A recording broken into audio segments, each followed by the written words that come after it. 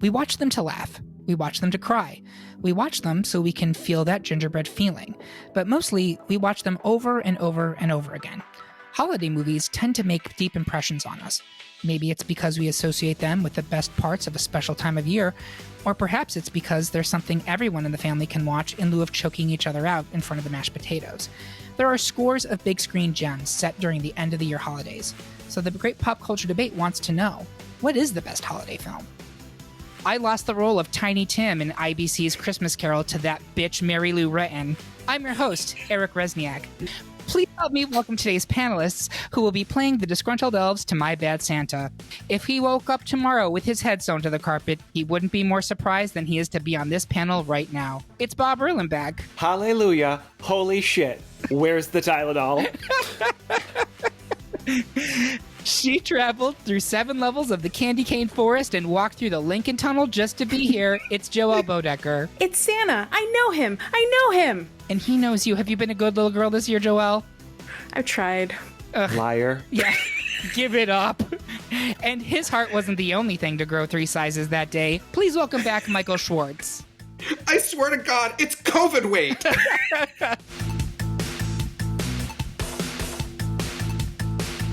Oh, I thought you were going someplace a little bit more salty with that, but sure, we'll go with that one too. So how does this work? Since this is a mini-sode, there was no public poll.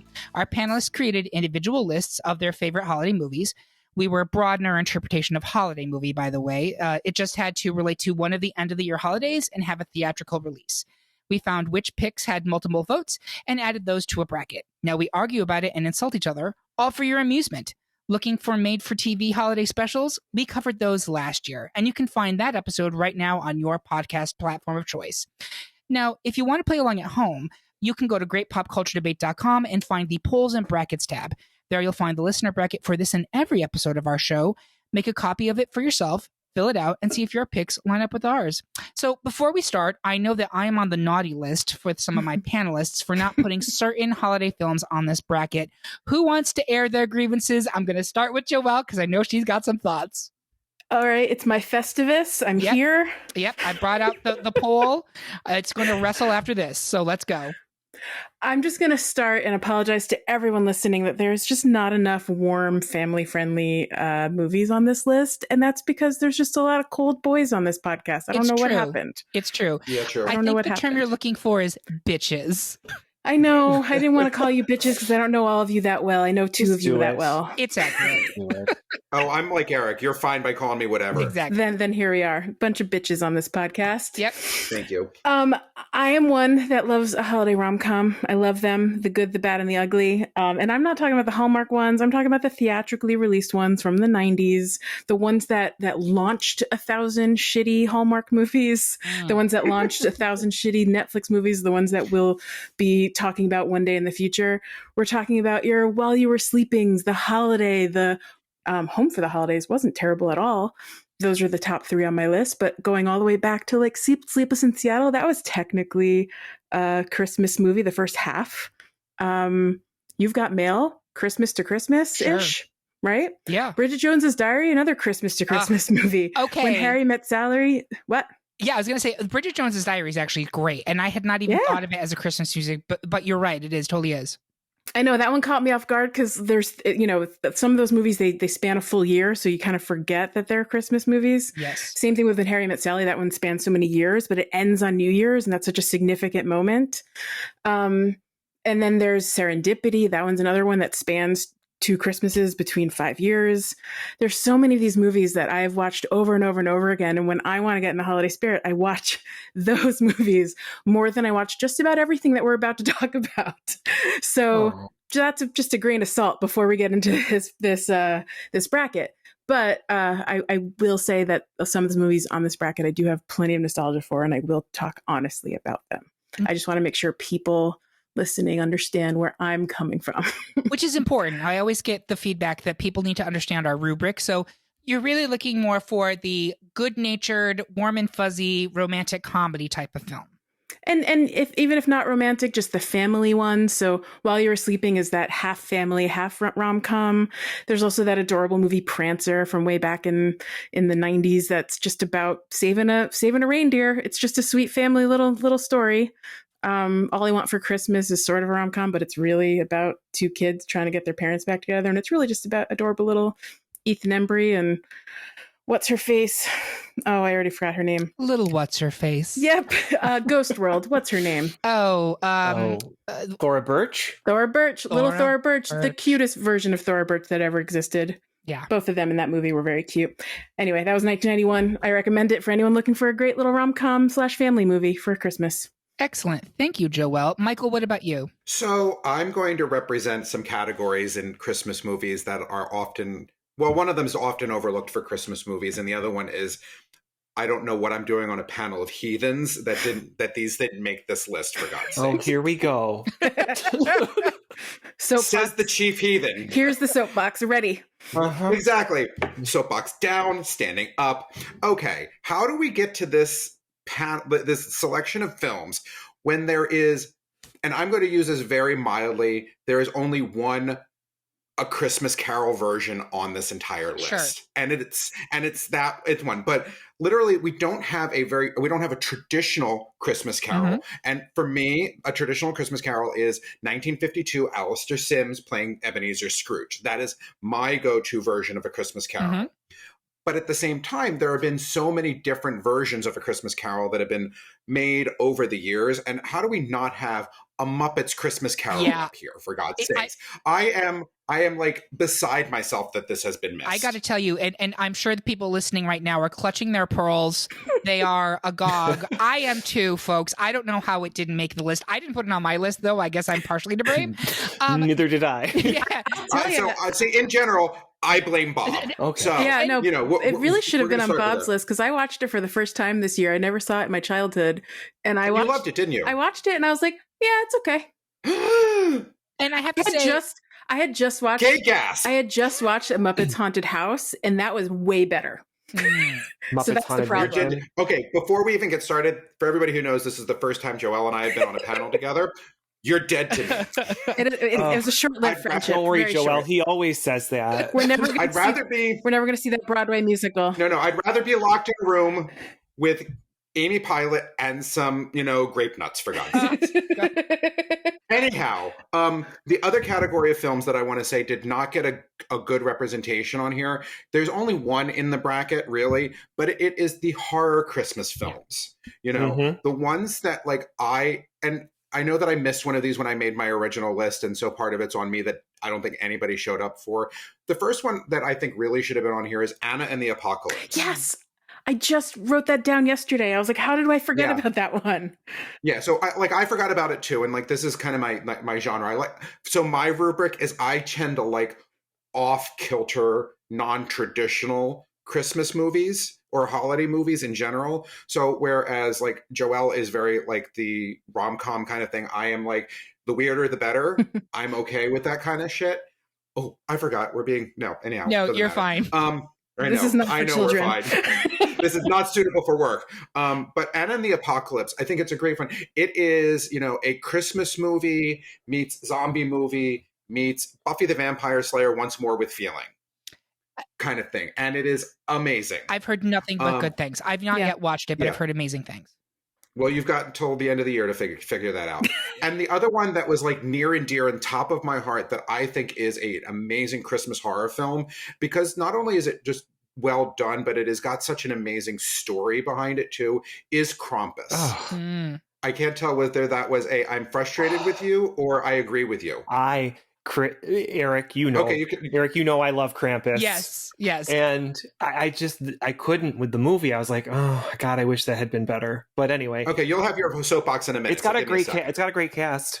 It does. I think it's a really great Christmas film. Dysfunctional family. Everybody's going to hell. I get all behind that. Drag me to hell with snowflakes falling behind it. So, and being German myself, Krampus is just a very important part of my cultural heritage as well. So, I think that more people need to take a moment and look at horror Christmas films at this time of year. But so step down, soapbox put away. Thank you. That's actually great. And I think it's a good idea, Michael, maybe you and I offline can work up a list of Christmas horror films. And Joelle, you can give me a list of Christmas romance films. And we can have some supplemental materials to put onto this on social media. Like here are our panelists' top 5 in those categories that didn't make our bracket. Absolutely. I think that'd be really fun. Yeah, alternatives to the bracket. Exactly. Alternate facts. And now we're ready to hear what Bob has to say. Before we get to that, I do want to point out, though, just as a sidebar, I love Krampus. And one of the very first public events I ever did back in Rochester, I want to say 2015. No, earlier than that. It was like 2010, 2011. It was a long time ago. It was like 7 or 8 years ago, I think, right? Yeah. We put on Breakfast with Krampus, which was an alternative Breakfast with Santa, because there are 5 million Breakfast with Santas everywhere. And we decided the way that it was going to happen, we had a community center that allowed us to take over. We had a full-on Krampus costume that my older brother, in the role he was born to play, a demon who beats and berates people. You came with a free gift to donate to children. And if Krampus thought your gift was suitable, then you got a free breakfast item. And there was like a little holiday shop with local artists.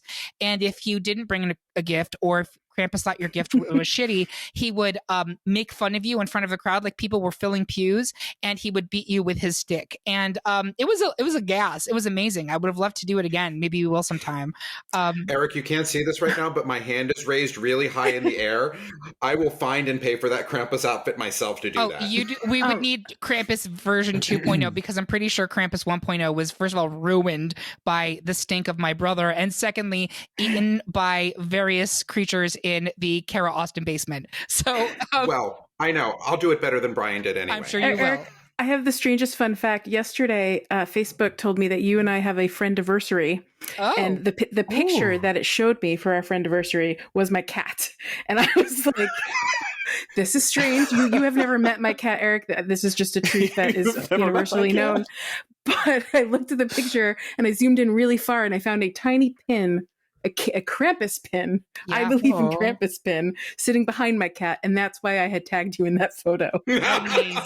Amazing. So maybe we will have a Krampling reunion. So anyway, I love that. There's our sidebar. Sorry to go off topic. Bob, what about you? What films did you wish were on the bracket? I unfortunately missed that Breakfast with Krampus. Ugh, I had already moved away. Did you see? Yeah. Come back when we do it, Bob. I'll beat you with a stick. Yeah, okay. So there wasn't, okay, maybe I shouldn't say this. There wasn't a ton of movies from my list that didn't make it. Humble brag. That's a deep burn. Really? To the bracket. If you're all still raw about it when you're older, I'll be waiting. One that I was surprised didn't, and maybe I think I was the only one that put it on my list, was Meet Me in St. Louis. I had actually only really watched this movie recently, and I loved it. I was like, I haven't seen this before. It's often associated with the holidays. It's featured prominently in one of the holiday movies from our bracket. And I had never seen it until recently, and I was like, wow, this is really good. And it's the movie that has clang, clang, clang with the trolley, etc. Ring, ring, ring with the bells. Yeah. Yeah. So is it a holiday movie, like mostly, or is it just have a couple holiday songs in it? It's many holidays, actually. It's like every holiday. Yeah, it's like it's like every season, every holiday. So it's like it's an Easter, it's a Halloween, absolutely. Easter. The it's Halloween a Flag part of that movie is Day. amazing, actually. Guy Fawkes Day. Yeah. So I was surprised that didn't make it on, but then the one that I was really hoping would make it on, and I knew it probably never would, was I'll Be Home for Christmas, starring Jonathan Taylor Thomas. Oh my God. I know how Joelle feels about it. She hate-watched it one day. I hated it from beginning to end. Awful. Yeah. Joelle, I'm with you. It's not good. And I knew it wouldn't make the bracket, but I love it for some reason. Maybe because of the JTT nostalgia. I don't know. I look forward to telling you, Bob, which movie on this bracket my husband liked that movie more than, because he watched that movie and went, this isn't that bad. And I went, okay. And then we watched a popular movie on this bracket and he went, I like that JTT movie better. Ooh. Wow. So I'm very curious as to what that's going to be. Future spoiler. So, that was really what it came down to for me, was just the JTT of it all. But and then another movie that I had on my list too was Grumpy Old Men, which features Christmas in it, and it's just an amazing movie all around with Burgess Meredith. Yeah. Burgess Meredith is amazing in that movie. Yes. He's so funny. Yes. So Agreed. filthy. So amazing. Looks like old One Eye's gonna take the boat to Tuna Town. Yep. Holy shit. Every line out of his mouth is amazing in that movie. Should be called Dirty Old Men. It's brilliant. Should. Yeah. Well, that was it. Speaking of Burgess Meredith and the Penguin, one of the ones that I was sad didn't make the list was Batman Returns, which is unquestionably a Christmas film. The whole thing's set during Christmas. I'm not surprised it didn't make it. We only had 16 for this bracket, folks, so decisions had to be made. But I do love the kind of ridiculous, over-the-top Gotham, like 1920s style gaucheness of their Christmas. That's the Christmas I wish I could live every day. Bats coming out of a gigantic tree downtown, slaughtering Miss Merry Christmas. That's what I want out of my holiday season. Also, speaking of terrible films that I knew wouldn't make the list, but I still have intense nostalgia for, does anybody besides me, or was this a fever dream, remember the 1980s Santa Claus the movie? Yes, 100%. Yes, I remember that. Dudley Moore. John Lithgow devouring every inch of scenery. There's nothing left. And a plot that involved magic puce candy canes. It's not good. It's objectively terrible. But as a kid, I was obsessed with it because I was a kid like when it came out, and I was like, this is the movie about Santa Claus. This is what I want. Terrible, but still something I do love. And I'm suspecting other 80s kids are with me on that. And then finally, GPCD panelist Amy Pilot, hi Amy, put in a good word for the Christmas Chronicle films. Yeah. Which are on the Netflix. First one. I personally have not seen them. I'm not going to talk about the second one, but the first one was a fun watch. Were those theatrical? No, they were Netflix only. And that is the challenge, right? Because they are feature-length films, but they were maybe they had a limited theatrical release. That's what I was going to check on. I don't know that they did. I don't know. Netflix. Yeah, but Kurt Russell is Daddy AF in those movies, and it has certified delight Goldie Hawn, so I'm sure they're great. They may have just been made for TV, and we weren't including those in this list. Or I also think they were just a little bit too recent to make the list. So with that being said, let's dip into the eggnog and get on to the actual debates. Our panel unanimously decided that National Lampoon's Christmas Vacation should hop on its supersonic sled and shoot past Miracle on 34th Street. I know that Joelle and Michael actually both nominated Miracle. They just nominated different versions of it. I know we've already kind of gotten 20 minutes into this, any actual debates, but does anybody want to say anything about their version of Miracle quickly? I did want to say I actually had the opportunity to watch both of them. I did a little double feature of both Miracles, and I don't like either of them now. I found both Santas to be truly awful. They made me dislike Santa. They made me find Christmas to be as consumerist as I ever imagined it to be. And did you know the first movie was entirely sponsored by Macy's, the original? Oh, yeah. I never watched the original. I watched the remake, which was a fake Macy's called Kohl's. COLE apostrophe S. Oh, not Kohl's Cash Cole. No. Kohl's Cash. It is Christmas. If you're not going on the for late that 90s and beyond Kohl's, but the COLE Kohl's. Okay. Totally different, not sponsored by Macy's. But yeah, I found both Santa Claus to be incredibly rude and pretentious and not very magical. So I'm good with it going away. Michael? I think that it ends up on my list for pure nostalgia reasons, but the original 1947 version, Edmund Gwynn is literally what becomes the archetype of who Santa really is for the modern day. I think that he plays it, but he physically, he kind of embodies a lot of what we all eventually become to know is what is the modern day Santa for us. So I will say the 1994 Santa is John Hammond from Jurassic Park, so that's delightful. Yes. I kept thinking through the whole thing, thinking, I know, I just wanted to put a little hat on him, little shorts on him. He's got candy canes with mosquitoes embedded in them.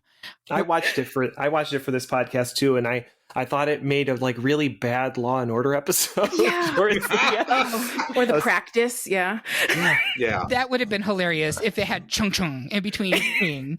And I still don't understand why Santa was living at like a homeless place. I still don't understand, if you're really Santa, why are you living there? But whatever. Yeah. I mean, Santa had anger issues. It was a lot. I just couldn't handle it. He is canonically a ginger, and so I think that might have something to do with it. But anyway, moving on. 3/4 of the panel preferred Kevin McAllister's first ghosted Christmas in Home Alone, but Michael said, yippee-ki-yay, motherfucker, and wanted to blow shit up by choosing Die Hard. Joelle, why is Michael an angel with a filthy soul? Michael, explain why Die Hard is not just a Christmas movie, but one of the best Christmas movies. And I'm going to have Joelle go first. I'm not going to go too deep on this because it is 3-1, so I'm going to save a little bit for later. Save the juice. But I will say, Home Alone is became an instant classic. It came out. No one was expecting it to do as well as it did. I think it came out at that perfect mid-November time. It was that Thanksgiving movie, and then for the rest of the 90s, it showed up every Thanksgiving on broadcast television. It became this movie that people expected to kick off the holiday season. For people in my generation. I'm a few years younger than most of you. For people in my generation, I know, shots fired. I'm a whole 3 years younger than some of you. It became the beginning of the holiday season, and for that alone, it is synonymous with holiday movies. I think it is like the millennials cinematic version of Mariah Carey, right? Like we defrost Mariah, and we also get out the Home Alone DVD. Exactly. There's a ton I can talk about, the Chris Columbus of it all, the music, everything. I will get into so much of it if I need to, but I want to hear what Michael has to say. Yeah, I want to hear Michael's argument on Die Hard. Go for it, Michael. No, I'm just going to hope that the microphone picks this up. Yawn. So, okay. Picture it. Los Angeles, 1988. I did. Exactly. And okay, this I think feeds back into a lot of things that people said during the what films missed the thing. This is not, Christmas movies do not have to be literal Christmas movies for them to be Christmas movies. Sure. So like we talked about, like Joelle, you mentioned Sleepless in Seattle and You've Got Mail and a lot of those rom-coms of the 90s that they have a little Christmas influence. This is all about Christmas. This happens at Christmas time for you. Bruce Willis, Alan Rickman, Nakamura Tower, explosions, gunfights, bad German accents. It's one of these few action films that are set in Christmas that have endured. Again, this is another genre of Christmas movies that people don't think about. Horror movies don't think about Christmas. Action movies, you're not thinking about Christmas in any way, shape, or form. Home Alone's good, but give me something that's going to get my heart racing. Okay? And I think that Die Hard, and I'm dying on this hill, I am not changing my vote, but I doubt I'm going to change any of your minds. But it really is, it's just a great movie to begin with. And it happened to be set at Christmas, and it is something that I will watch maybe 2 times during the holiday season this year, while getting in the rest of my holiday fix for everything else. I appreciate the strong argument. I don't appreciate the Bonnie Bedelia erasure. I'll just put that out there. Yeah, no mention at all. Holly Gennaro, please. Holly Gennaro. No, but in all honesty, I love Die Hard. It's a great movie, and I am a firm believer that it is a Christmas film. And I echo everything you say. It is a awesome action film, and I'm not taking away any of its flowers. It's just up against Home Alone. And to me, if you're saying which one of these two are you going to watch, it's the holiday season, I'm going to pick Home Alone. Bob, where are you on this one?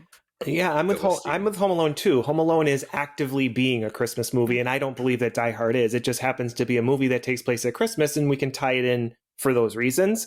I don't see them trying to deliver any of the Christmas spirit or the Christmas joy to me in any way, like Home Alone might. I mean, that's actually what's so unfortunate. I actually would have voted for Die Hard against a lot of other movies on this list, but just not Home Alone. I will agree with that, honestly, Michael. If it was up against 2 or 3 other films, I easily would have voted for Die Hard here. It's just up against Home Alone, and that was the luck. Oh, I know. I knew I wasn't going to change any of your minds. You know, you've all been brainwashed by the commercialism of capitalism for Christmas. But it's true. The media decided this was our movie, and it is our movie. There's something about Home Alone that like it can happen to you, right? And it's every person's family, and all of those things. Like it's relatable in those ways, and I can't relate to Die Hard in any ways because I'm never going to be in a building like that. I'm never going to have those skills. I'm never going to be able to save a tower. I just can't. And you guys are all good. Will best me in that moment. He just will. But sometimes somebody should take the red pill, Neo. Take the red pill. All right. So it sounds like we are advancing Home Alone. As a quick plug, the Movies That Made Us on Netflix has episodes devoted to both of those films. Yes. Super interesting. Recommend that you watch them because there's a lot of really cool behind the scenes details. Like Home Alone barely got made. It's so interesting. Next up, the majority of the panel appreciated the feat of clay that is the Nightmare Before Christmas, but I prefer the jubilant song and dance filled White Christmas.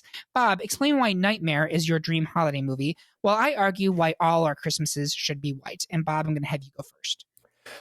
Well, sure. It is Nightmare Before Christmas. For me, it's there's a lot of nostalgia, I think, associated with all the movies on this bracket, right? It's going to be hard for us to separate just the nostalgia and what calls out to us specifically over another movie, right? That kind of clouded my judgment a lot through trying to come up with picks for these movies. It's just like, well, I just like this movie more. And I think in this case, that is where it's going to come down to between these two.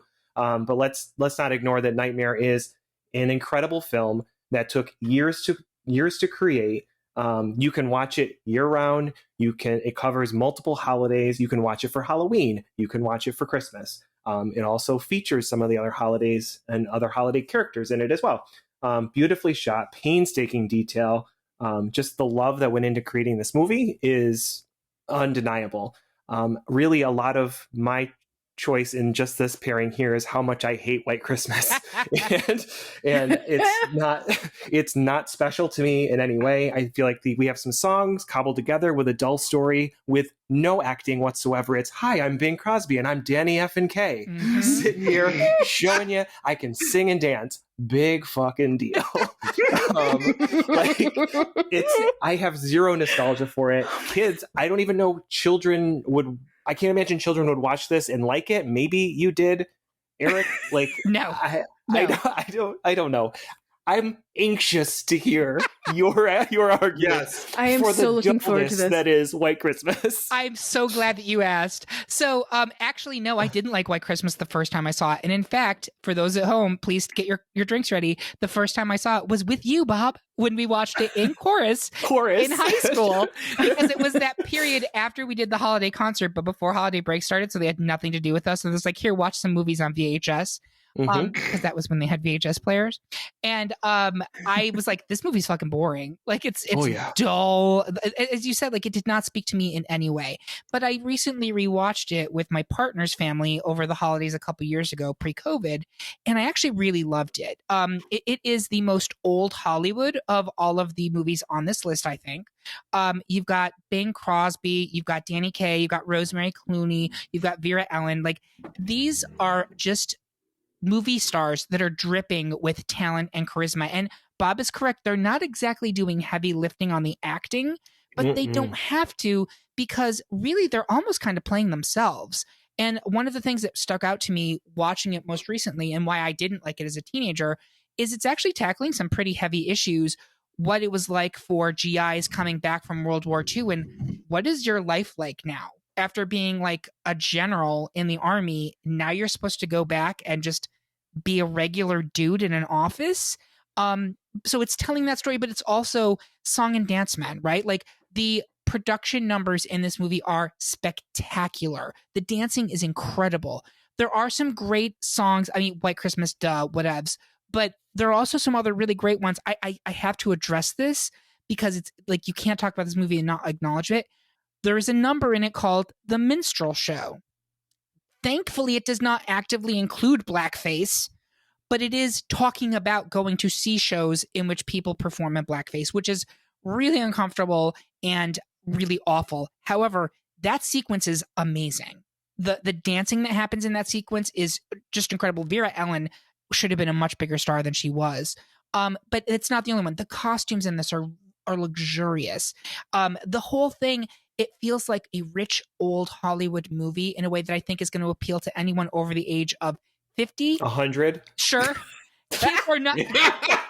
Kids are not going to dig this movie at all. Kids are going to be 50 like, is generous. Yeah, definitely. yeah, okay. But like, if you're looking for something to put on while Nana gums her fruit bread, her fruitcake, I'm going to say go with White Christmas. I'm not going to convince anyone on this, No, so I'm going to go. No, certainly not. Michael, Nightmare. Oh, okay. First of all, like, this is one of my favorite movies of all time. And like 3 or 4 years ago, pre-pandemic, went and saw a live concert version of this at the Barclays Center, where it literally was Danny Elfman, Catherine O'Hara, Ken Page, all up on stage, singing live to an orchestra while the film played behind them. So if anything else in today's day and age, all we have to say is Catherine O'Hara was in this movie. Yeah. And she plays an amazing Sally, and she sings those, and the music is amazing, and it's a great story. There is it's not just the fact that this is one of my favorite films. I think it is just so incredibly well done. Danny Elfman and Tim Burton bring this incredible story and visuals to life for us, as opposed to White Christmas. I do need to point out a fallacy in your logic, because Catherine O'Hara was also in Home Alone, and you just talk shit all over that. So I'm just. Oh no, I know. I'm not. Yeah, but she was in that, but she wasn't as an integral part as she was to Nightmare Before Christmas. That's fair, and I'm just yanking your chain. Oh, I know that. No matter how wrong you might be, and I'm. It grew 3 wrong. sizes that day. Joelle. Well, so this is one of those movies, Nightmare Before Christmas, that I absolutely adore as a Halloween movie. It's a wonderful Halloween movie. I'm going to call it a Halloween movie for the rest of this conversation because it is 100% a Halloween movie, despite its name. That said, White Christmas was completely unwatchable because it's a war movie that happens to have a few fun Christmas songs at the end. I hated that so much, beginning to end. Hate watched it. Everything Bob said, I thought he was walking through my head. I was like, wait, Bob, did we watch this together? Was this one of those things? In spirit. I truly hated it. I don't I get what you said, Eric. I believe you. My husband saw what you saw. He was like, isn't it great? I was like, no. No. Anyway, Nightmare Before Christmas wins because it is a beautiful, wonderful movie for Halloween, and it's still a beautiful, wonderful movie in general, so it wins. All right. Moving on, the panel was evenly split between Kevin McAllister's second Christmas spent nearly murdering escaped convicts and Katie Holmes passing the stuffing in the Thanksgiving set Pieces of April. Joelle, give us a piece of your mind on Pieces while I check into the Plaza Hotel and stump for Home Alone 2. I'm going to have Joelle go first. So this is funny. Home Alone 2 was the one on my original list, and Home Alone 1 was not, because in my weird nostalgia of it all, I was like, New York City, oh, that's so much better than the original. It's great. And then I rewatched both, and I realized just how redundant the second one was. It was hitting all the same notes. There was a very little originality, despite the efforts of, now we're in the Plaza Hotel, now we're amping up all the action and all of the excitement and things like that. I found a lot of the family antics to be way less enjoyable the second time around, and a lot of the thieves' antics to be way less frightening the second time around. There were some, obviously Christmas in New York moments that were wonderful, but all in all, Home Alone 2 was not as great as Home Alone 1. So that's all I'm going to say there, but let me talk about Pieces of April. This is the only Thanksgiving movie on our list. We tried. Yeah. I looked through everything in the world to find Thanksgiving movies. I found 3. The only one I added to this list was, I actually had 2 to my list. There was Home for the Holidays, which is a fantastic Thanksgiving movie. I also discovered Planes, Trains, and Automobiles is actually a pretty good Thanksgiving movie. Totally forgot about it until 2 days ago. Yeah. And then here's Pieces of April, which is a beloved, forgotten movie that we all kind of waxed nostalgia about as we were putting this list together. At least Bob and I did. What I like about this movie is it feels like Thanksgiving from beginning to end. That feeling of trying to get home or trying to visit your family, and that dread, that existential dread of, is this going to be the worst thing I've ever done ever? And will I make the worst meal? Will it be terrible when I get there? Do I like my family enough to go through all of this? Everyone, if you have a family, has gone through that. It is the most relatable movie you've ever watched from that capacity. There's just beautiful moments in there. The sick mother, Oliver Platt, just doing his absolute most fantastic acting. I mean, he's done lots of great acting over the years, but I thought he was really great in this movie. Little baby Allison Pill is in this movie. Katie Holmes, not a great actress, but she held her best in it, the best she could. She lives in this fantastic, quirky building, and she's running around with a turkey, and it's just these classic Thanksgiving scenes, that the dual road trip. She's going through a road trip in her building, and they're going through a road trip through Connecticut. And as a kid that grew up in Connecticut, that felt pretty cool to me. I always bring up Connecticut and the fact that I'm a Jew on all of these podcasts. It just happens. So there we go. Is that a drink? Is that something we should drink check too? Box is Mark. Check box. I don't know. This one just checks the boxes for me. I wanted a Thanksgiving movie on this list, and it definitely works for me. And we already have Home Alone making it through the bracket, and Home Alone 2 just doesn't feel like it needs to follow up. So I'm glad you said that. Here's my thing. Hot take, Home Alone 2 is better than Home Alone 1. I understand what you're saying, that it is reductive because it takes the same beats from Home Alone 1, almost like one for one, but it makes them all better. The Bird Lady is way better than Old Man with a Bucket. The Brownstone of Death is a better trap than the McAllister house. The city of New York is a better setting than wherever the hell he is in Ohio. It's just, to me, it is it's everything that you loved about Home Alone 1, but amped up in a way that makes it better. And it's interesting that you find the burglars to be less threatening in this one, because I watched it again recently. I was like, this is genuinely terrifying. Like, they're threatening a child with a gun. Like, that doesn't happen in the first one. I'm like, this is really kind of unsettling. And if I watch this as like an 8-year-old, I think I'd be very scared. But then you watch like the actual abuse that he deals out to those kids. The bricks in the face scene is still, I will laugh every goddamn time one of those bricks hits those motherfuckers in the face. It is hilarious. And then the toilet filled with kerosene, splendific, amazing. And Tim Curry is the nosy hotel employee. It's great. It's great. That all being said, we're right now split, and I will throw my vote to Pieces of April, if only because having 2 Home Alones in the Elite 8 seems a little egregious to me. And so also Christmas is coming, and I'd like to give a gift to Katie Holmes, and she's not going to win anything else. So also, can we just drop a few points to Home Alone 2 because of a certain cameo that shall remain nameless? Yes, no, please. I know. I had it in my notes. It makes me like it. Don't say anything about it. What I also had in my notes was, he's not home and he's not alone. I'm not exactly sure what we're talking about here. You know, there was actually this moment at the end of the movie. I was watching this and I was like, okay, but he could have escaped that time and that time, but he stuck around so he could really fuck with those thieves. Whereas in the first movie, like, he was stuck in his house defending his house. But like in the second movie, he could have left that brownstone like 55 times. He wasn't like defending it. Ladies and gentlemen, that's how he became the Punisher. Like, I know maybe you didn't get that note, but yes, that's how he became a serial vigilante. Michael, are you sticking with Home Alone 2? I just want to say that this was one of 2 matchups that were in the bracket that I didn't give a fuck about. Yeah, that's fair. I really don't care about either of these movies at all. But and the other bracket that I didn't care about was one unanimously, so we're not even probably going to talk about it, which I'm fine with. But in this case, I literally put down Home Alone 2 strictly for Tim Curry, but I don't care, so I'm happy to switch over to Pieces of April. That's fair. Bob?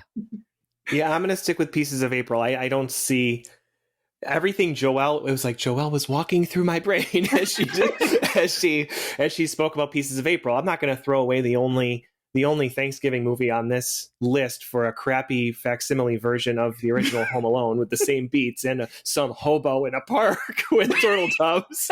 Like, what the fuck? Two turtle doves. Two turtle doves and a hobo. It's the line reading. Two turtle doves. Sorry, the level of disrespect, far too much. Justice for Pigeon Lady. All right, so Pieces of Lady is being advanced.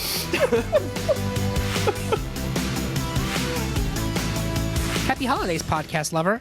Looking for gift ideas for the pop culture fanatic in your life? Head over to gpcd.threadless.com and shop our designs.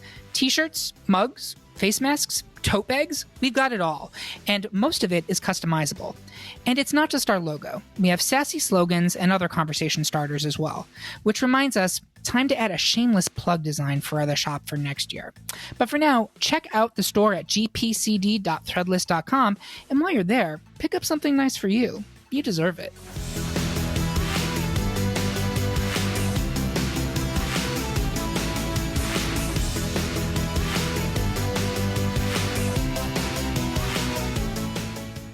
Next, in a unanimous decision, the panel decided to advance the feel-good weeper, The Family Stone, which stood outside of Love Actually's door with a series of signs that said, "You're a loser."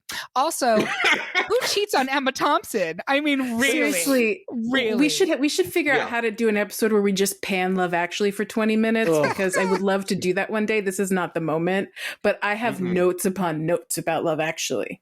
I would have walked off this set. Can we just do a bracket about each storyline in Love Actually and which one is the worst? I think that's actually a really good idea. Let's put that in the hopper for next holiday season. And let's bring Amy on that one because I think she'll have some opinions. She will lose her mind. It would be spectacular. All right. Why is this podcast become Let's Torture Amy podcast? I don't understand. Poor Amy Pilot. We love you, Amy. We love you, Amy. 3/4 of us preferred Ralphie's mid-century misadventures in A Christmas Story, but Bob wanted to strap on a fat suit and rep for the Santa Claus and Tim Allen. So, Michael, get out your Little Orphan Annie decoder pin and find the secret to advancing Christmas Story. Bob, Tim Allen? And I'm going to have Michael go first. Thank you.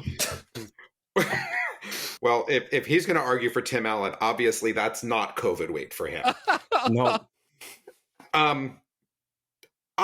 I don't even know what to say here, because seriously, is there any chance that, like, Bob, after all the podcasts that we've been through together, how do you do this to, like, humanity? Okay, we can pivot. And, like, Bob, do you want to talk about that? Or? Sure. Let me give you a laundry list of the reasons I hate A Christmas Story. Can I also just jump in and say I'm much more on the fence than originally, so that my vote's winnable. So let's let Bob let Bob talk. Bob, go ahead. Well, let's start with Bob. I feel like yes. I love to hear that from you, Joelle, but I think I was going into this probably on a sinking ship. I mean, I'm the only one that picked it so far off of the bracket. It's a better movie. It's more fun for me. Christmas Story. Can somebody tell me the story of A Christmas Story? Yes. Please tell me. Please tell me, somebody. It's about a kid who really wants to get a specific item for Christmas and is hoping. Riveting. That is like a legitimate thing. Like if you're a kid, like I saw myself in Ralphie. I still see myself in Ralphie. Where's my goddamn BB gun? It's mostly a bunch of shitty vignettes, though. That's what I was just going to say. It's all these vignettes that add up to nothing for me. The leg lamp thing is the stupidest thing I've ever seen. Like, I know people are going to hate me. I need to tone it. Probably the only funny thing about the whole movie. There's literally no story to it, and it relies on this nostalgia, which I don't really have a lot of nostalgia for. I don't know. I feel like they just cobbled together a bunch of little vignettes to trick us into thinking they had this fun little story, and it's just about a kid who wants a gun. See, it's about a kid who wants a gun. And what's more American than that? It's true.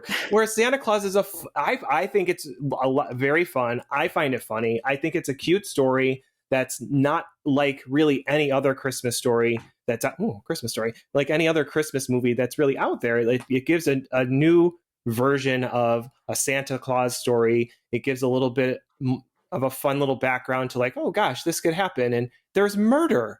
in the beginning. So I love it. All right, Michael. Okay, so we're gonna start again. Picture it: Hammond, Indiana, Cleveland Street. No, it's okay. So, can anybody remind me what's the name of our podcast again? It's the Great Pop Culture Debate. Correct. What has had an actual impact on pop culture for us? Santa Claus with Tim Allen or A Christmas Story? Everybody can quote you that Ralphie wanted an official Red Ryder carbine action 200-shot range model air rifle with a compass in the stock and a thing that tells time. I can't do that. Sorry. I can't tell you that. But Well, that's because you're a sociopath. But you can also get, like, there are so many things, like you'll shoot your eye out. Yes. That is something that people will quote over and over again. The bunny costume, for God's sakes, that Aunt Clara gives him. That has been how many more people have worn that as a Halloween costume for people? The triple dog dairy, where you're going to stick your tongue to the flagpole. You know, I mean, there are so many references that come out of this movie that have actually become part of the pop cultural canon for us. Plus, it is a story of a family trying to survive the holidays together, which is the same thing that a lot of the other movies that you guys have argued about during the course of this for us. Yes, it focuses on Ralphie and there's a lot of nostalgia in it, but it's a family getting to know each other and be together during the holidays. You know, the same thing that every other family has to go through during the holiday season together. I also I'm going to point out, because I think this is an important point of discussion here. TBS for years has run Christmas Story back to back to back to back for 24 entire 24 hours on Christmas Day. That wouldn't be happening if it wasn't wildly popular. Now, was that a reason to advance it as the best movie?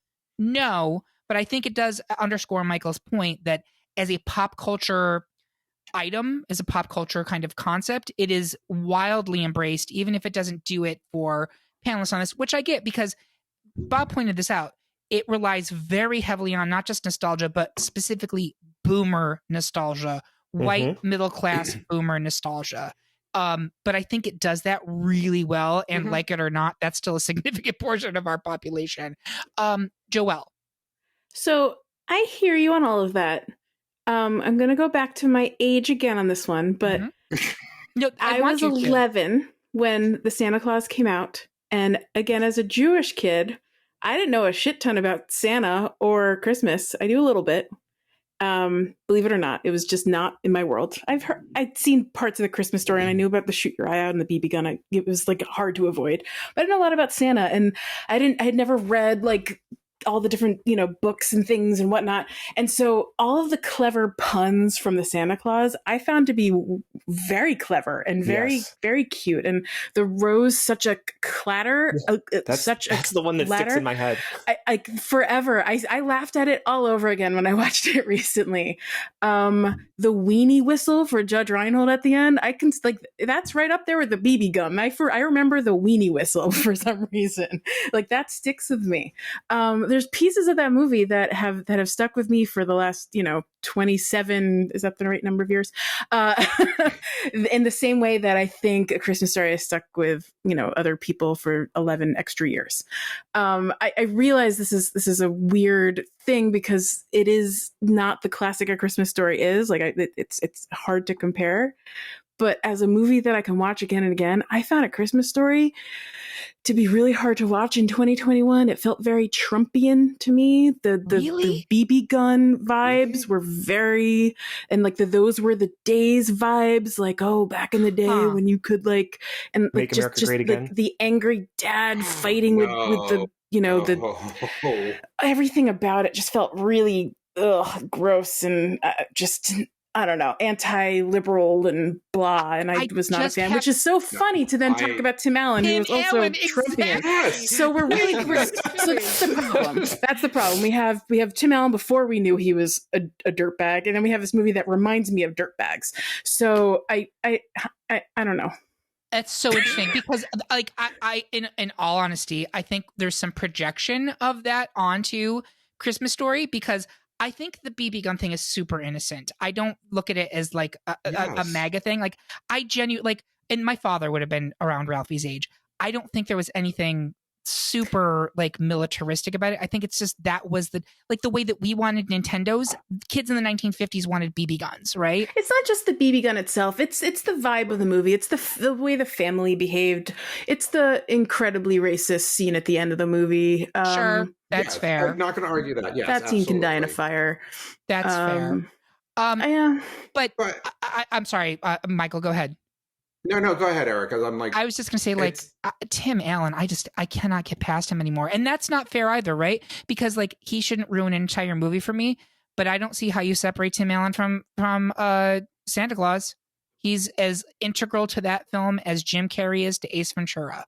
And so, at the time, I found him completely lovable. Like in 1994, right? I found him completely charming. I loved Home Improvement. This was at the height of Home Improvement, right? I was obsessed with that show, but now and Toy Story, and yeah, I can't. If you asked me this in 1994, I probably would have said Santa Claus, but I can't now. So I think right now, are we split? Is it Michael and I on Christmas Story and Joelle and Bob on Santa Claus? I mean, I'm annoyingly on the fence, but I'm leaning towards the Santa Claus, which is, I know, infuriating. Well, I mean, you got to come down on one side now because we got to figure out how we're proceeding. So I know, and so if I go with the Santa Claus, it wins because it's the lower seed.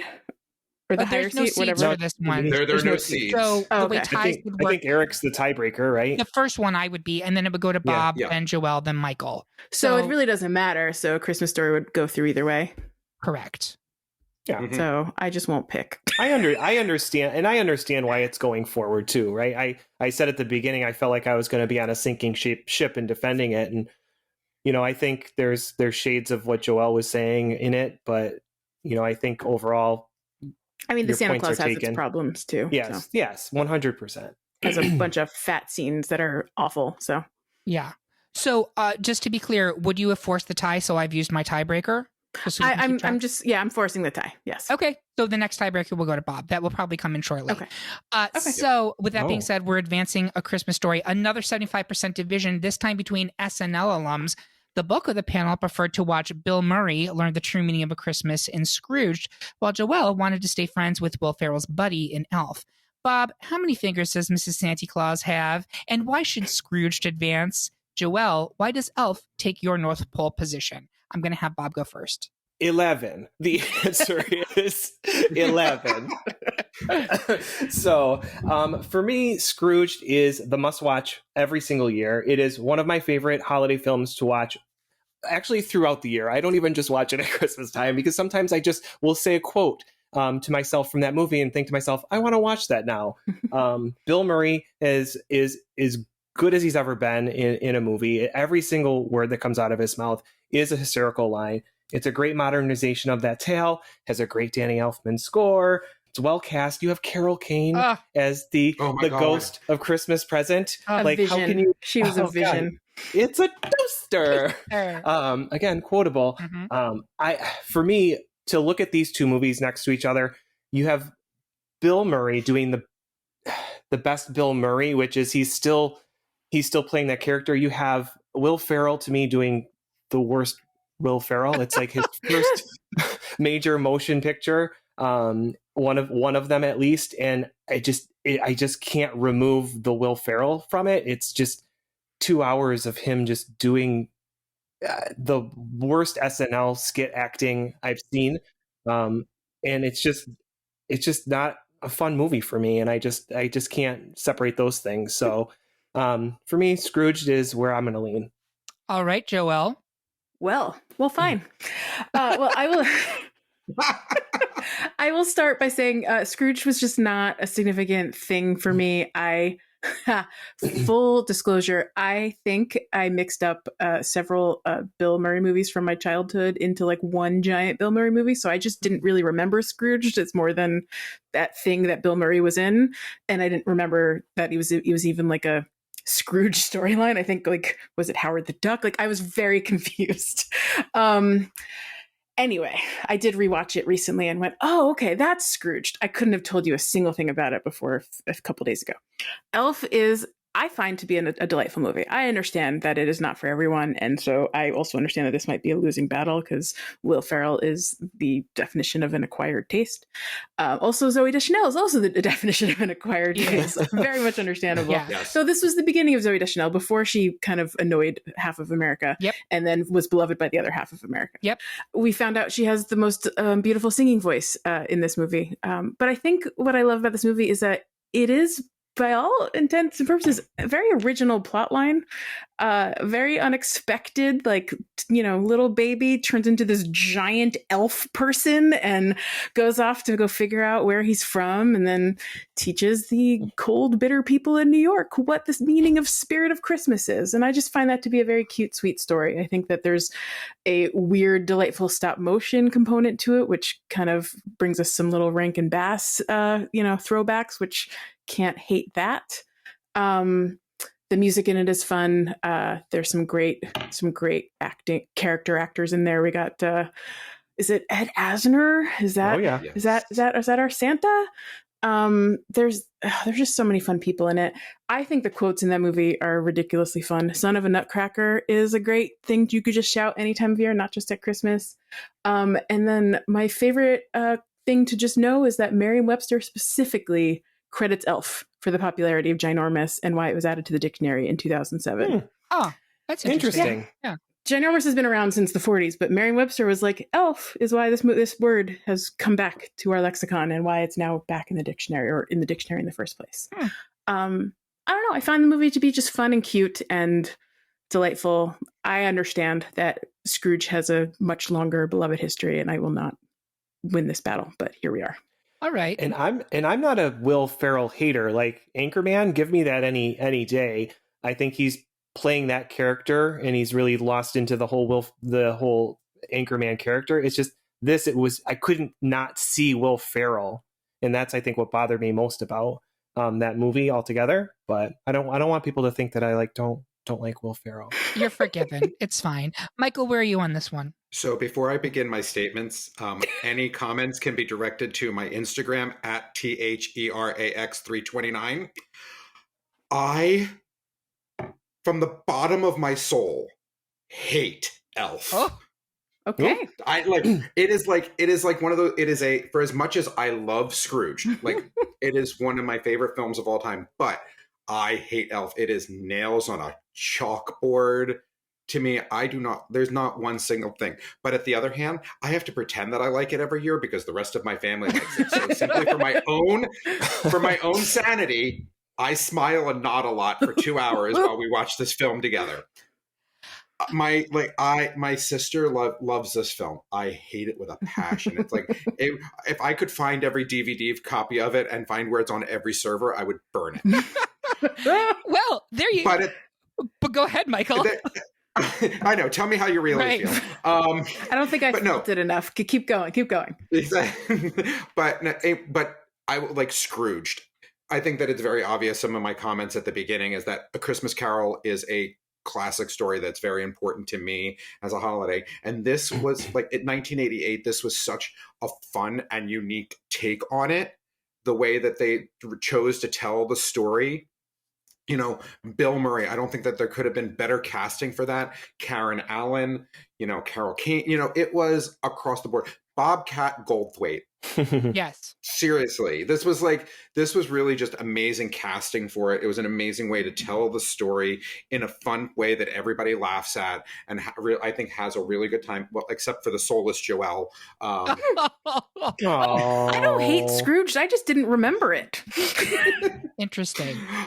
But no, I just love it. So it's such a good, but I really do hate Elf. I can't. I just can't. I actually don't hate Elf. I think it's perfectly charming. It just has the misfortune of being up against Scrooged. And I think this is another thing where generationally, people who are Gen Xers are probably going to gravitate towards Scrooged in a way that millennials are going to gravitate towards Elf.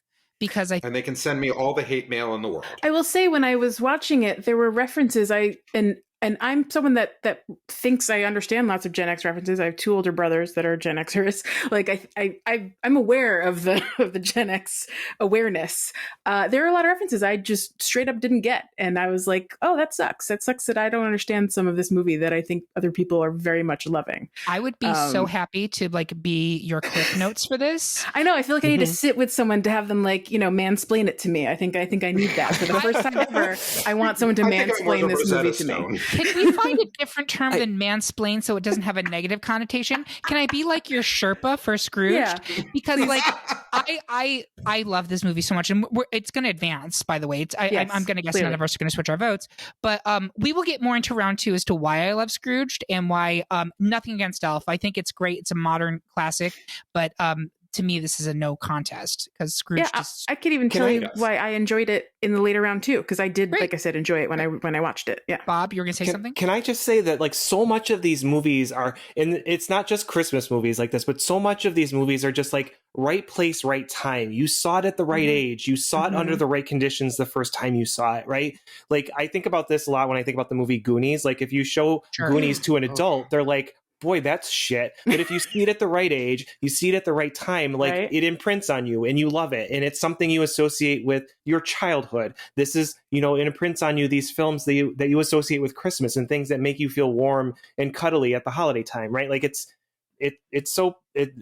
is such a hard debate to go through because it's so much of it comes to your personal preference and what you really feel nostalgic for, I guess, is the best way to put it, right? What defines holidays for you. Yeah. And we talked about this. Bob was on last year's version of this, which was the holiday TV special episode.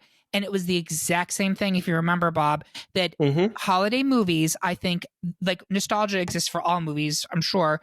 Goonies is a great example of that. But holiday movies in particular, they imprint. I mentioned this in the intro. There's something about them that becomes really personal for you, and that's why you keep revisiting them year after year after year. So it is a little bit you're arguing this is my personal favorite over something that is Joelle's personal favorite. Nobody's right or wrong here.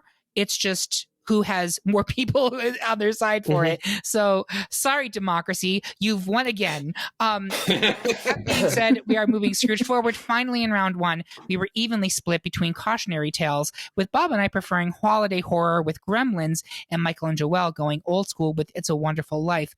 Michael, play Zuzu for me and explain why life should get its wings. I will feed the Mogwai after midnight and turn you for Gremlins. I'm going to have Michael go first. So, like, when I looked across this entire bracket, like, Gremlins, again, was great. I really do enjoy it. I just rewatched it again in advance of doing this and everything. And I was like, it gave me that warm, fuzzy Mogwai feeling in the middle of my soul that really turns into a Gremlin after midnight.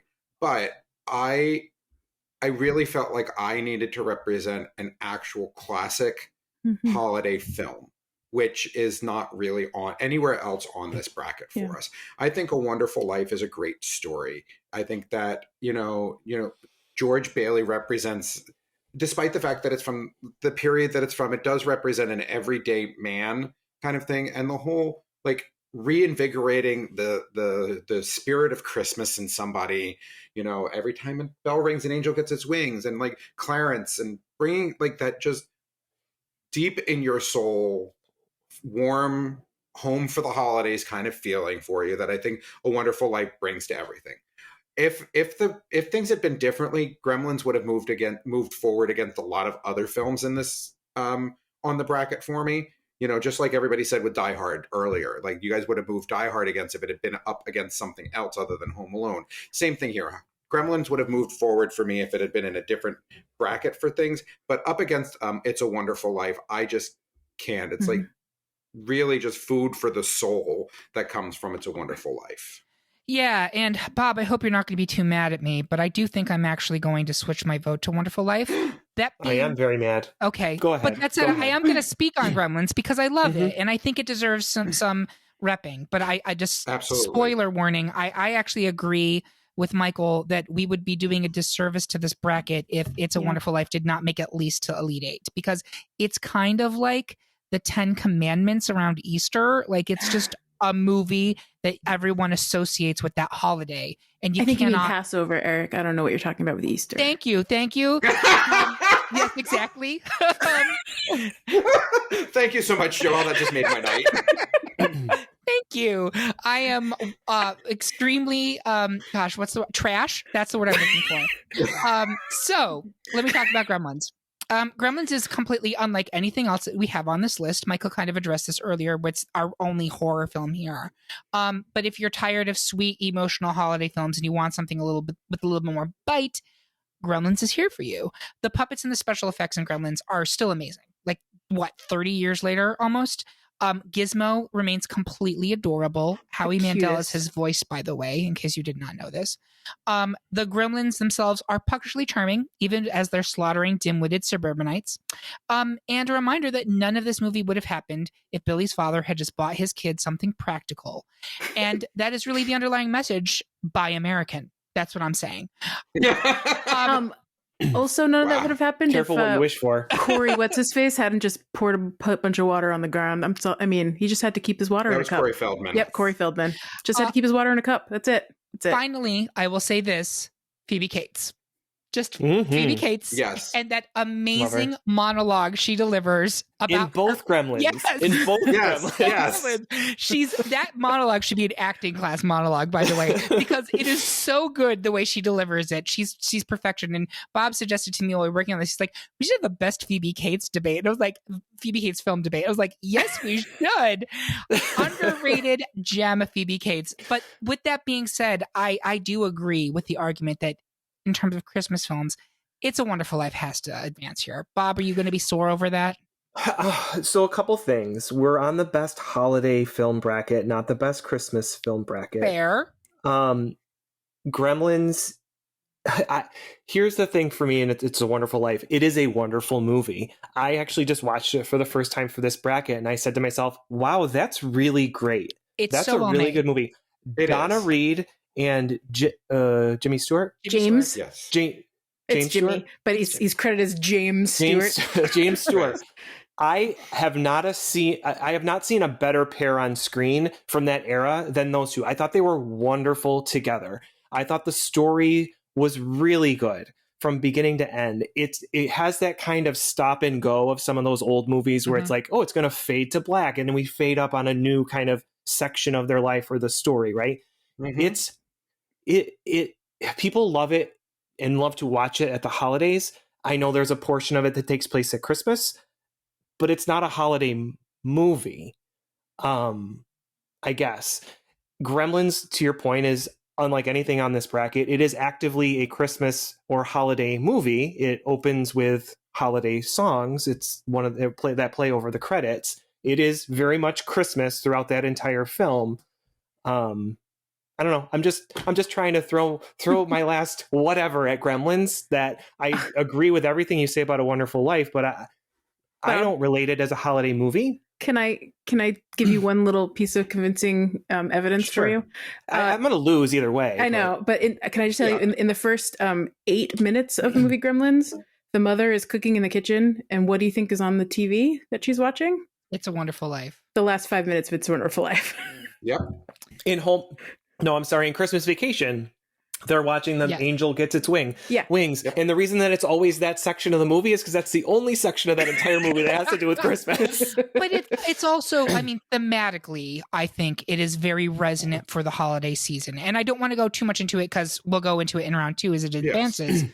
But Bob, I am sorry. I let you down. No, it's by good. not repping for Gremlins, but... For all of the all the complaints that Joelle and I had with the Christmas Story, this is an old kind of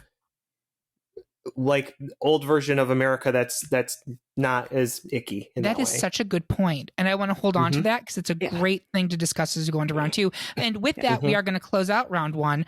We're going to take a break to check if our shitter's full, so we'll be right back after these messages. Welcome back to round 2 of our best holiday film debate. While we were gone, I was visited by 3 spirits who taught me how to live, laugh, and love. Speaking of communing with people who you can't see, I wanted to ask my panel, how can people find you on social media? Bob? Well, if you want to complain to me, you can find me at Eric Rezsnyak on Twitter. Sorry. Spell it, Bob. Spell it. I am at DisNerdBob, at all those things that you could use, like the Twitter and the Instagram, and all of that. So at DisNerdBob. Great, Joelle.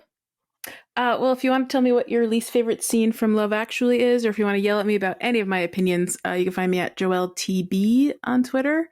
And if you want to follow Animal Crossing news, I'm at The Pocket Pod on Twitter. And please don't yell at Joelle. She's lovely. And Michael, how about you? All elf hate mail can go to Therax329. That's THERAX329 on Instagram. Great. And as for me, you should definitely follow at Great Pop Culture Debate on Instagram and at culture_debate on Twitter, but also feel free to follow at Eric Rezsnyak on Instagram. Moving on to the debates. First up, we have National Lampoon's Christmas Vacation versus Home Alone. And I believe we are unanimous that the dysfunctional Griswold clan. What was that? Is that a nope? That was a no for me, mister. Oh, okay. I'm going to back it up. It's on. So, Okay, we're going to take a step back and see why Joelle's wrong. we were unanimous that the dysfunctional Griswold clan and its hellish holiday season outmatches the McAllisters and their casual criminal negligence. But Joelle, go on. Go off. I had a big old change of heart after watching the Griswolds have their Christmas vacation in the last few days. This was the reason my husband said, boy, that JTT movie was better than this. What? What? Madness. And I went, wait, what? And then I watched it and I was like, yep, no, I can see why you're bored out of your mind. It is a slow movie. And if you don't like Chevy Chase, which, here we are, Chevy Chase is not a fun person to watch 30 years, 40 years later. Is it 30 something years later? I can't math. 30 something. It was 1989, so it's 32. Yeah, 32 years later. Yeah. Chevy Chase sucks, but anyway, National Lampoon, he was beloved at a time, but now he kind of sucks. Have you, he does suck currently. Agreed. It's true. Yeah. Agreed. Okay. I don't have to do any more than that. Watching this movie was less fun than I remember. Now, there are beloved scenes that I find completely nostalgia worthy, that I understand why the love is still there. And I was right there. I was like cracking up at the lights, at the holiday lights, and all the antics of getting the lights to turn on, and the Julia Louis-Dreyfus falling out of her fucking bed, and all the glass breaking, and the squirrel in the house. And there's so many great moments. I get it. But there were also scenes that made me want to just bite, I don't know, pencils in half. I was so angry. The cat scene was more traumatizing than I remember, probably because I'm a cat mom now. Clark Griswold waxing nostalgic about all things Christmas. I just wanted him to shut his yap and let other people talk once in a while. I found the whole thing about him not managing his money well to be incredibly boring and stupid, and he's just a ridiculously dumb human being. I don't know. I just found him unlikable. And then I went back and was like, nope, I really still like Home Alone better than this. And that was where it was. If I'm going to watch a movie once a year, every year, I'm going to watch Home Alone. If I'm going to watch a movie once every 5 to 10 years, National Lampoon. I mean, I'm not going to argue with you that Clark Griswold is unlikable and an idiot. He is both of those things. I don't like Michael and Bob. Do you watch the movie because of Clark? No. I watch for Beverly D'Angelo. Absolutely. Of course. And Juliette Lewis. I mean, can I get a version of the movie without him ogling the lady's boobs in the pool scene? Because I would kill for that. I would kill for that scene to just burn in a fire. It's funny because as we're now describing it, that's his character is kind of the perfect encapsulation of douchebag white bro in the 1980s. But that's also National Lampoon, right? It is.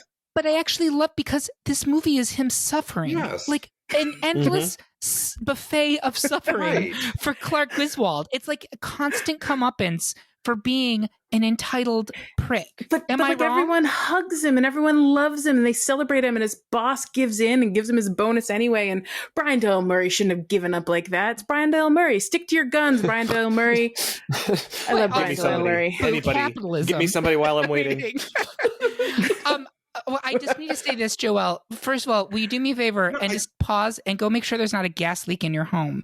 Because the idea that this movie is boring, No, it can be argued of many things, and problematic certainly is among them. I mean, we talked about Chevy Chase, but Randy fucking Quaid. I mean, does it get more problematic than that? No. But the movie itself, and weirdly, I can separate this movie from those two more than I can separate the Santa Claus from Tim Allen.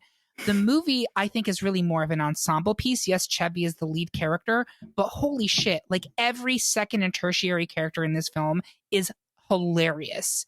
There are times that like even dumb lines that aren't funny are super funny because of the way that they are delivered. Like the Ellen's mother, who's played by Doris Roberts, every word out of her mouth in that movie, even if it is like pay by check, not by credit card. Like she's so funny because of the way she delivers it in this boozy at like 9:30 and they're all in the drunk morning. and martinis on the lawn. I know. Like those parts are lovely. I get it. And they're all wearing stupid hats and they're drinking out of reindeer glasses. All that I get. They're like those are the parts I love.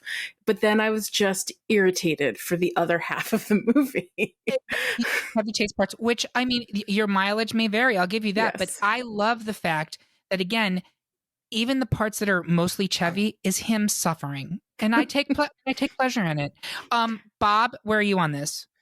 I think both of these movies are very similar in the fact that they're both families that I think lots of people can relate to, and you can relate to kind of like just the like the dread of the holidays of being with family and being with people who you love, but also sometimes really hate. Mm-hmm.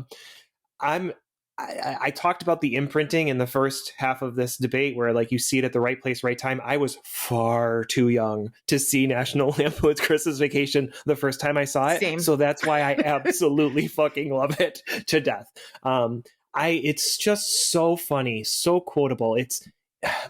I shouldn't say this, but kids can love it and adults. And I think kids and adults both love Home Alone, but I think it's a little too sweet for me. In the end, I like a little bit more misery in my holiday film. These two movies came out less than a year from each other, actually. Yeah. Really? Yeah.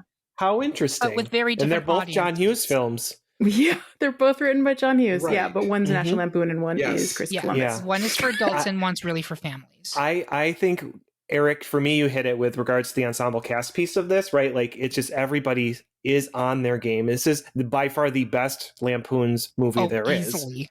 Yes. So, I mean, that I can agree with. Michael, where are you? Agreed.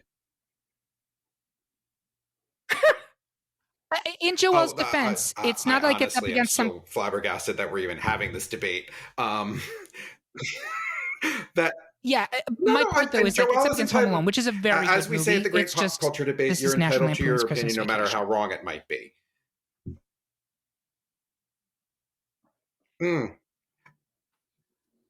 And I disagree. Like, I mean, Home Alone's okay, but it's not a great movie as far as I'm concerned, But I think I said this at the beginning, I like a little bit more definitely offbeat, not the kind of like cookie cutter films that are.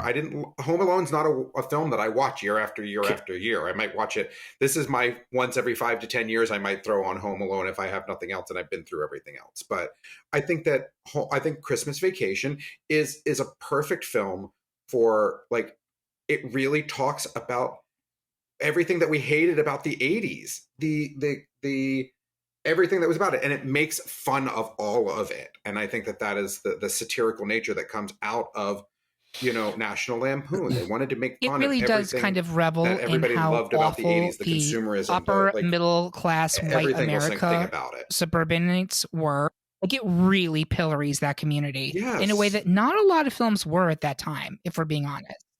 Which I think is great.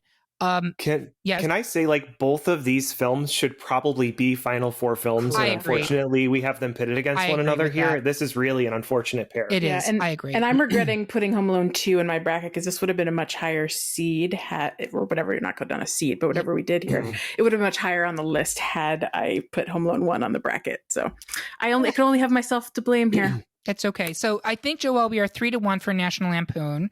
So we're going to move that one forward. Just justice for Catherine O'Hara and her lovely. She's my movie mother. That's what I refer to her as. She has a chance in the next round. I was going to say, speaking of which, she's not gone yet because she's still here. Not if I have anything to say about it.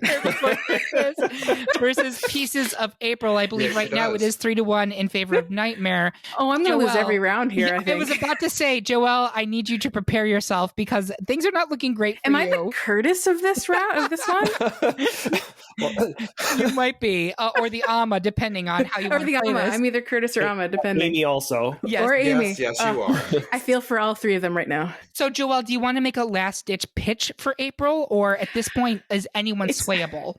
I mean, all I can say is that Nightmare Before Christmas, like, it is the story of someone who does not understand Christmas, someone who is tired of his Halloween life, and he's trying to figure something else out. And he goes and he steals Christmas and he ruins Christmas.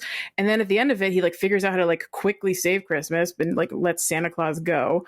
I just like it. He doesn't actually understand Christmas, and it does. I don't get the Christmas vibes. All the music is Halloween to me. It's not very Christmassy to me. I don't listen to the soundtrack outside of the Halloween season. I don't watch this movie outside of the Halloween season. I love this movie right now. We are recording this on November 2nd. This is Halloween right now. I am into this movie today. I am not into this movie 4 weeks from now. Interesting. And I would say I think of it equally at both holidays. I really do. Mm-hmm, to me, it's not one or the other. Bob and Michael, are you going to... I have a 0.0% chance of switching my vote to Pieces of April. Michael and Bob? I love Pieces of April. I don't think it's as rewatchable or as really indicative of the full holiday season as Nightmare Before Christmas is. And again, Nightmare Before Christmas is like one of my all-time favorite films of all time. You can go see the Tim Burton episode if you'd like, right. Even though I even struggled to have it on the Tim Burton list because he didn't direct it. I could talk about that too, but anyway. And Michael. So I'm sorry, Joelle, for the second time in a row, but you can take Catherine O'Hara, right? Me and Moira Rose will go and have a few drinks. It'll be fine. Tinfoil lining. Bracket where she currently is. Exactly, Catherine O'Hara. Next, we are evenly split between A Christmas Story and The Family Stone. Bob, dig for votes for Stone the way that Sarah Jessica Parker sounds like she's digging for clams. Well, I will explain that if we dismiss Christmas Story, we'll be shooting our eye out. Bob, do you want to go ahead and lead us through this one? So both of these would be considered on ensemble casts, but sure. For me, ensemble casts are my sweet spot. I absolutely love a big cast with lots of people, lots of actors, lots of characters. Everybody's great in this movie. Some people will argue about this movie, Family Stone, a little bit, that it's like, gosh, could this family have more diversity to it, right? Like you want diversity in your cast, but it's like they've got everything in this family. You want it, they've got it. I know that could be a criticism of it, but I think it's just such an interesting ensemble of different people with different kind of going on different walks of life. I think everybody's really good in this. Sorry, I lost my momentum. Sorry, folks. If you want me to help, I can. Let me know. Yep. No, you're good. I think everybody in this cast is exceptional. I think Diane Keaton is giving one of the best performances that she's ever given. I think that Joelle, can you step in here? I'm so sorry. No, it's okay. I would say Rachel McAdams is like the highlight of this entire movie. She is the most relatable character. She's like what I think is the audience surrogate, like looking at her whole kooky family and judging everyone top to bottom. I think Sarah Jessica Parker is oddly enough, like, I didn't think she was going to be the villain of the movie. And then you watch this movie and you're like, oh no. And then they figure out how to make her likable at the end. And it's incredible.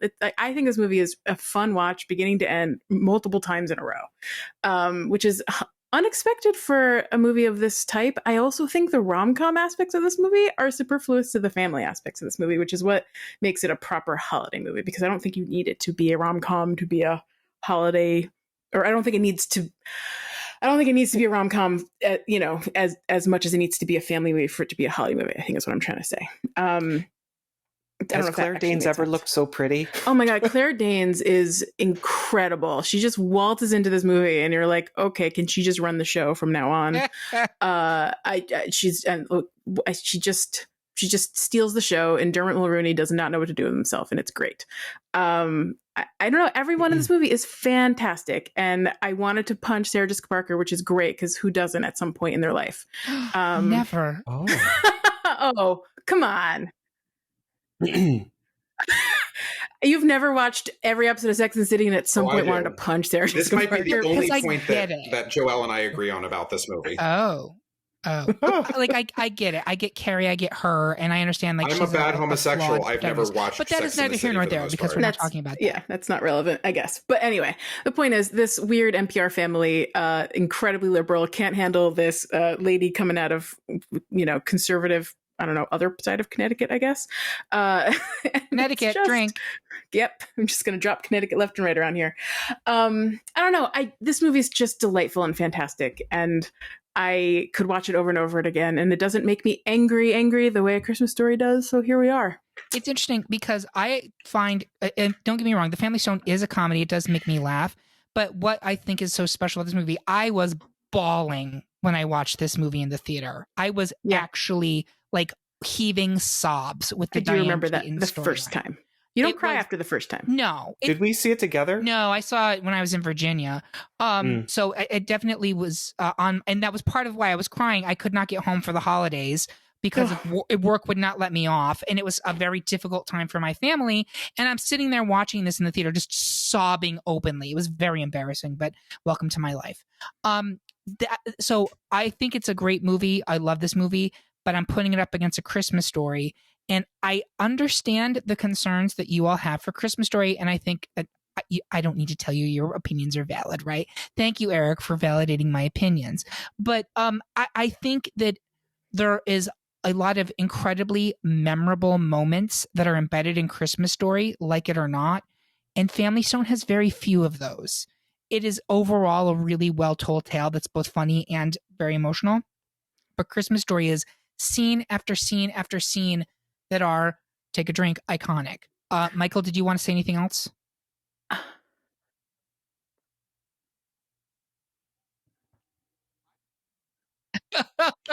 I'm going to preface this by saying, Amy Pilot, this is for you. I'm going to walk out. I swear to God. If this happens the way that I think this is going to happen. Go ahead. Amy, I swear to God, I think I truly understand the soul of Amy Pilot at the moment. It is just, Family Stone is a okay film for me. It is not, it's about a dysfunctional family, but it doesn't scream Christmas for me. I am going to disagree wholeheartedly with Bob and Joelle on this one for you. I will probably never watch this movie again after having rewatched it for like this podcast for us. But A Christmas Story I will watch year after year because it is such a part of the cultural canon for Joelle, can I make something? Can I make a case for the fact that this is the final movie on the list that was created after the year 2000? Really? Is that true? Everything else? We have 1989, 1993. This is 2005, and then Christmas Story is 83. Scrooge and Wonderful Life, 88, and 1946. Interesting. That's an interesting thing. I do think we are deadlocked right now. Are we? Are we not? We are. And that means that Bob is the tiebreaker. Yeah. And Bob, I do not want you to feel pressure for that. And Michael is not going to walk off the podcast. And it falls to Bob. So this reminds me of a story. Last year, I was on the Best Holiday Special, sure? And I was in this exact same fucking position. Bring it back, Bob. Bring it back. Where it was Rudolph against Mickey's Christmas Carol, and they dragged me for like, how could you not pick Rudolph? How could you not pick Rudolph? How could you not pick it? Follow your heart, Bob.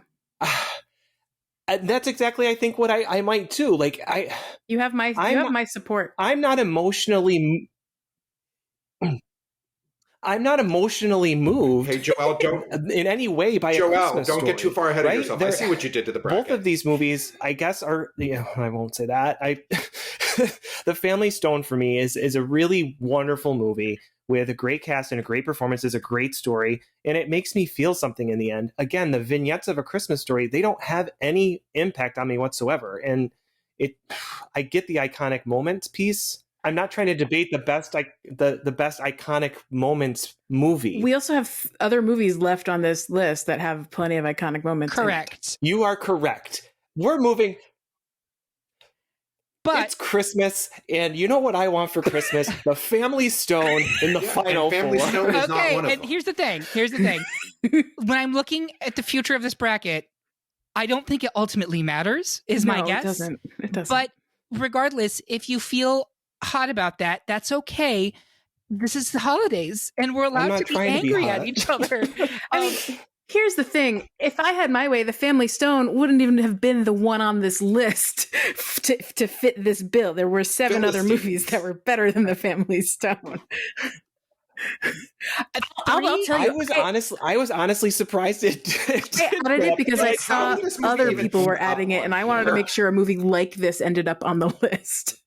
I stand by it being on the list. I actually think it is a very good movie. Is it a Final Four I stand movie? by it too. I'm not sure, but we will acknowledge the fact that there are several cases in this bracket where it was unfortunate matchups that were too intense. No. And then there are other ones where it's like, well, I don't really care about either one of these. So in the interest of time, we're going to advance Family Stone. I'm sorry, Michael. I'm sorry to the Christmas Story fans. You can come at us, TBS, come at me at on Twitter. Characters welcome. Characters welcome. With that being said, finally, it's Bill Murray Scrooged up against It's a Wonderful Life. And right now, people tell me if I'm wrong, 3/4 of the panel has Scrooge hitting George Bailey in the face with a toaster. Joelle, are you still sticking with It's a Wonderful Life? I am. I have to. This is a lovely, lovely movie, and I just want to see it through. I'm sorry. I have to. I saw it for the first time, like Bob, very recently, but it's been in my life for as long as I can remember without even knowing it. And I was amazed by how witty the dialogue was for 1946. I had no idea how smart this was.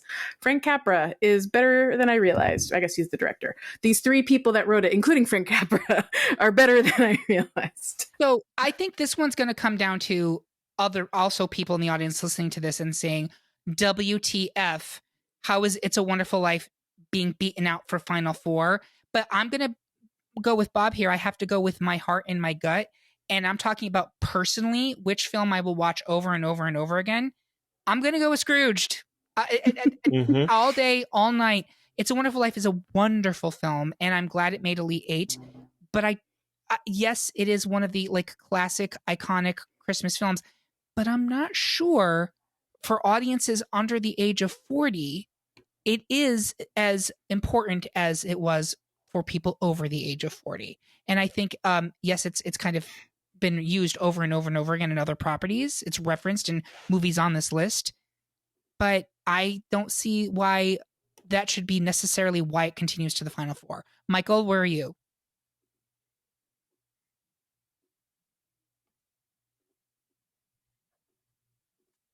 I'm sticking with Scrooge because it is going to be the only Christmas Carol type movie that's going to make it forward. I love A Wonderful Life. Thank you. That's a good argument, pointing out that it's essentially a Christmas Carol, and but Scrooge therefore is what's going to move it is forward for me. A rightful heir. Yeah, that's a great point. It's funny because Joelle. It's a Wonderful Life has a little bit of a Christmas Carol vibes in it, right? Because they show More him what life would be like without him. It's a little bit. Obviously, it's not the same thing at all. But there's that part where Clarence is like, "Well, here's what the whole town would have been like if you didn't exist," and showing him if his life had been different or not existent. Totally see that. It's basically like the powers that be intervening in a man's life to try to change course. Through the spirit of Christmas. I can 100% see those parallels. Angels or ghosts, the same idea. Sure. Bob, are you sticking with Scrooged? Of course I am. Yes. So, Joelle, I'm sorry, that was a rough round 2 for you. I mean, 1 out of 4. It's better than some. Better than some. So we have a Final Four of National Lampoon's Christmas Vacation versus The Nightmare Before Christmas and The Family Stone versus Scrooged. If you have very intense thoughts about that, please reach out to the podcast on Twitter and Instagram. We'd love to have a conversation with you. This is always the start of a conversation, not the be all and end all. I'm going to go around the horn for the first matchup, National Lampoon's Christmas Vacation versus Nightmare Before Christmas. Bob, where you going? Surprisingly, I'm going to pick National Lampoon's over Nightmare Before Christmas. Okay. Joelle. Unsurprisingly, I'm definitely not voting for Nightmare, so National Lampoon. Okay. And Michael.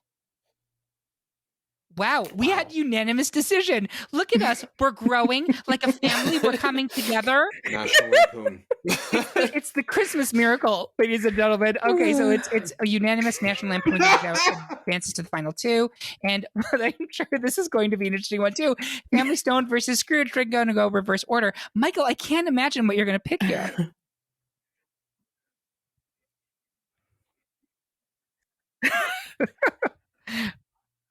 Don't you people dare we're even think about but we're not interchangeable. Amy, I'm sorry, Joelle, I can, yeah. You don't know me. You don't know me. You didn't know her life.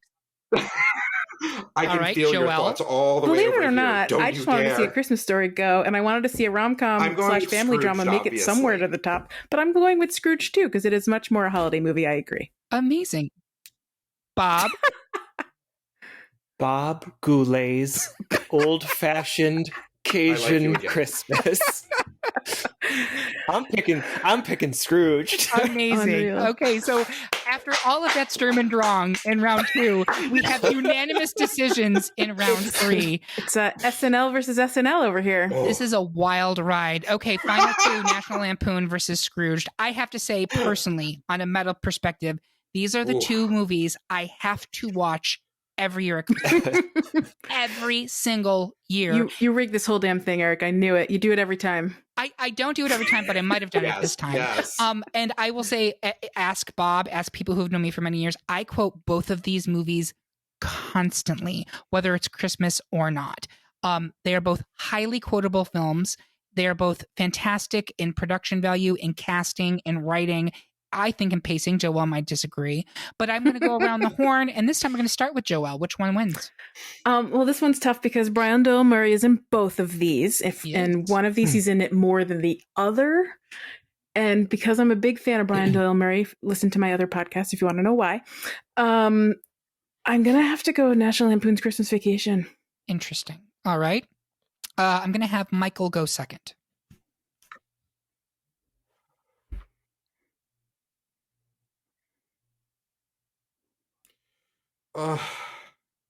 This is so hard for me because I do love both of them, but I think when it comes down to it, the core of my Christmas being is Bob. That the ghost did it all in one night. To your point, Eric, absolutely need to watch these movies every single year. I actually watch Scrooge, as I said earlier. I watch it multiple times a year whenever I'm in the mood or randomly make a quote from it, like how many fingers does Mrs. Santa Claus have here? There's a distinct difference, I think, in these 2 movies, is in that I think Scrooge has a little bit more, I don't know if sophistication is the right word for it. It's a true holiday tale, right? It's a Christmas story that's very known and beloved with a modern twist, with really smart casting, really smart writing. It's not playing to the lowest common denominator in any way. At moments, it probably is. For example, you can't see her nipples, and she's really trying. And they're really trying. Or, have you tried Staples? But there's just, for me, Christmas Vacation, as much as I love it, it's a little too manic, a little too messy for me to say that it's a better movie than Scrooged. I don't know. If we want to go down to like, what's the best holiday movie? Is it about being a good movie? Is it about the nostalgia of a holiday film? I don't know how. I think I balance both of those things with Scrooged. Yeah. So I'm going with Scrooged. So this is a really hard one for me, and I'm not going to allow a tie. I will not do that. So here's where I'm going to say, I think Scrooged has more heart to it. And I think if we're talking about which one of these movies will you finish and have an upbeat feeling and have that Christmassy feeling that you're looking for, You get that in Scrooged with the Annie Lennox sing-along, put a little love in your heart at the end. But if we're talking about scenes, I mean, this is kind of the argument against Christmas Story that you guys used, was lots of little vignettes, except those all, the ones in Christmas Vacation, all do have a purpose and all do line up to tell the plot. But it really is a bunch of different vignettes, right? Like, the whole ladder scene is not actually important to the plot, but it's funny as hell when the ice thing with that sound effect that will never not make me laugh shoots out and blows up their stereo. Like, oh my that's God. amazing. The ice cannon right into their bedroom. Yeah. And then Julia Louis-Dreyfus with the, and why is the floor wet, Todd? I don't know, Margot. And then, like, the squirrel in the tree, the turkey that is incinerated, and they're all there like chewing on the like Naugahyde turkey. We mentioned the sledding scene. Like, there's also really funny lines when, like, he takes Eddie shopping and he brings up the fact that Eddie has no money, and he's like, "Oh, all the money's gone." He's like, "Well, what happened to all that money you sent to that preacher who was screwing the hockey guy?" He's like, "Oh, he can fend for himself." Like, there's just so many stupid lines that are so funny. I think Christmas Vacation. Oh, mother. Christmas Vacation. Oh, yeah. Your mother waxes her upper lip. Yeah, she has for years. Doesn't show. Like, that is such a burn. I think the writing is funnier in Christmas Vacation, and it has more funny moments. But what is a better holiday film? I think it's Scrooged, because we've mentioned Carol Kane multiple times, but also Buster Poindexter is amazing as the Ghost of Christmas Past, and that whole sequence in the 1950s in the studio is really, really well done. And you've got John Forsythe playing the Bob Cratchit character, which is fucking perfect. And then the Ghost of Christmas Future is terrifying in that movie. And there's the part where he's walking like to see the incinerator and like the walls are sliding in on him. Like, that was really good filmmaking. It was really effective. And Karen Allen's amazing, by the way, in that. Wendy Malick.